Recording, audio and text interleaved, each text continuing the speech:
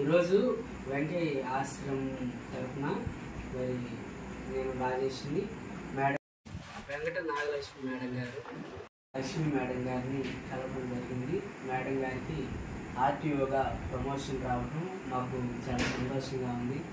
Break ఇన్స్పెక్టర్గా madam చాలా సమర్థవంతంగా బాధ్యతలు నిర్వహించారు. మరి ఇప్పుడు మేడం గారికి ప్రమోషన్ వచ్చింది, ఇప్పుడు ఆర్టీఓ అయ్యారు. దీని ద్వారా కూడా మరింతగా సేవలు అందించబోతున్నందుకు మేము మేడం గారికి ధన్యవాదాలు తెలియజేస్తా ఉన్నాం. నేను ఆశ్రమాన్ని నడిపించుకునేవాడిని. నేను మేడం గారి దగ్గరికి రావడానికి కారణం, మేడం గారు ఎంతోమందికి వృద్ధులకి అనాథ పిల్లలకి ఎంతోమందికి సహాయం చేస్తూ ఉన్నారు.